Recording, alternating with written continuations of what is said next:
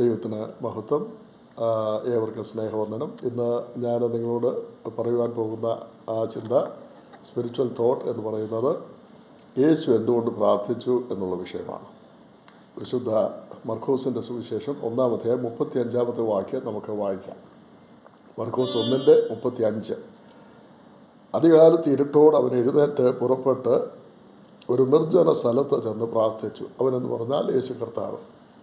യേശു ദൈവമാണ്, ദൈവപുത്രനാണ്. ദൈവം മനുഷ്യനായി ഒരു ശിശുവായി ലോകത്തിൽ ജനിച്ചു. അതുകൊണ്ടാണ് ദൈവപുത്രൻ എന്ന് പറയുന്നത്. ദൈവം മനുഷ്യനായി വന്നപ്പോൾ യേശു കർത്താവ് പ്രാർത്ഥിക്കുകയാണ്.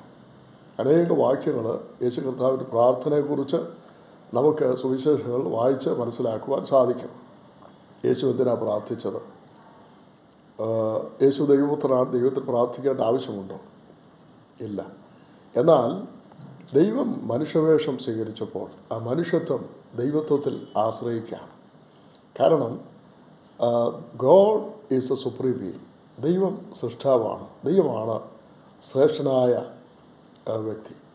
അതുകൊണ്ട് നാം ഓരോരുത്തരും ആ ദൈവത്തിൽ ആശ്രയിക്കണം. Prayer is to depend on God. ദൈവം മനുഷ്യവേഷം സ്വീകരിച്ചപ്പോൾ മനുഷ്യത്വം ദൈവത്വത്തിൽ ആശ്രയിക്കുകയാണ്.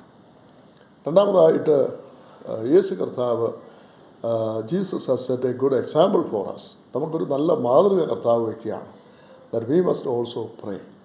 ഇന്ന് ലോകത്തിൽ നമ്മൾ നോക്കുകയാണെങ്കിൽ അനേക മനുഷ്യർ they fall into traps, അനേക കെണികളിൽ വീഴുന്നതായിട്ട് നമുക്ക് മനസ്സിലാക്കുവാൻ സാധിക്കും. എന്താ കാരണം? Because they don't depend on God through prayer. പ്രാർത്ഥനയിൽ കൂടെ ദൈവത്തിൽ ആശ്രയിക്കുന്നില്ല എന്നുള്ളതാണ് അതിന് കാരണം. യേശു നമുക്ക് ഉദാത്തമായൊരു മാതൃക വയ്ക്കുകയാണ്. യേശു മനുഷ്യത്വം സ്വീകരിച്ചപ്പോൾ ആ മനുഷ്യത്വം ദൈവത്വത്തിൽ ആശ്രയിക്കുകയാണ്. മനുഷ്യരായ നമുക്ക് നമ്മുടെ സൃഷ്ടാവായ ശ്രേഷ്ഠനായ ആ ദൈവത്തിൽ നമുക്ക് ആശ്രയിക്കാം.